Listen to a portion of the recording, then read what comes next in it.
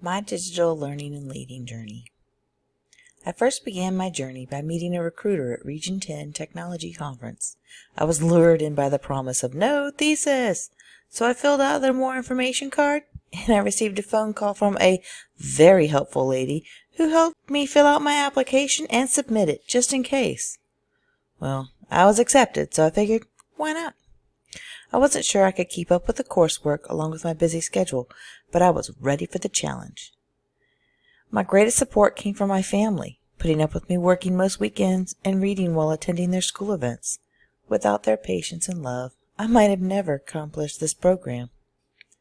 I have to give a shout out to the A-Team, Kristen and Diana. We met by chance in our second class for collaboration of our e-portfolios, and we just bonded. These two wonderful ladies have encouraged me and helped me proofread my assignments. I know I would not have finished without their support. Now my emotions have run the full spectrum. I was excited to develop my website and show off my creation skills.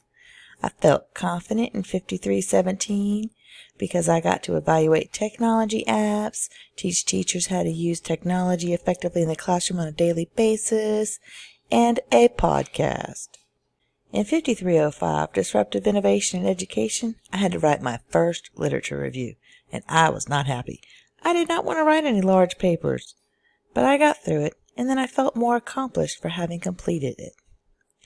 Digital citizenship had me pulling out my hair, with its lack of COVA, exacting details on the assignments, to get 6 or 7 points each. Frustrating. Through it all, I was excited to have this opportunity to better myself.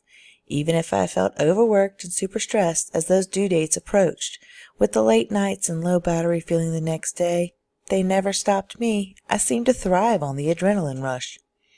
Through hard work, perseverance, and believing in myself, I was able to publish the podcast that I'm going to continue to add to as I go through my educational adventures.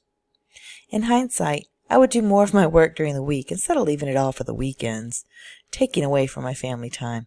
I would start the readings earlier, and if I had started with a Wix portfolio from the beginning, I could have saved myself a whole week of switching websites. It was all worth it in the end. Walking across the stage was the best feeling in the world. Now I get to take a break before my next step. I intend to use my new powers for good. One day I may have the title of Director of Innovation, or I may be a keynote speaker at the next educational conference in the near future. Who knows what the future will hold? Only time will tell.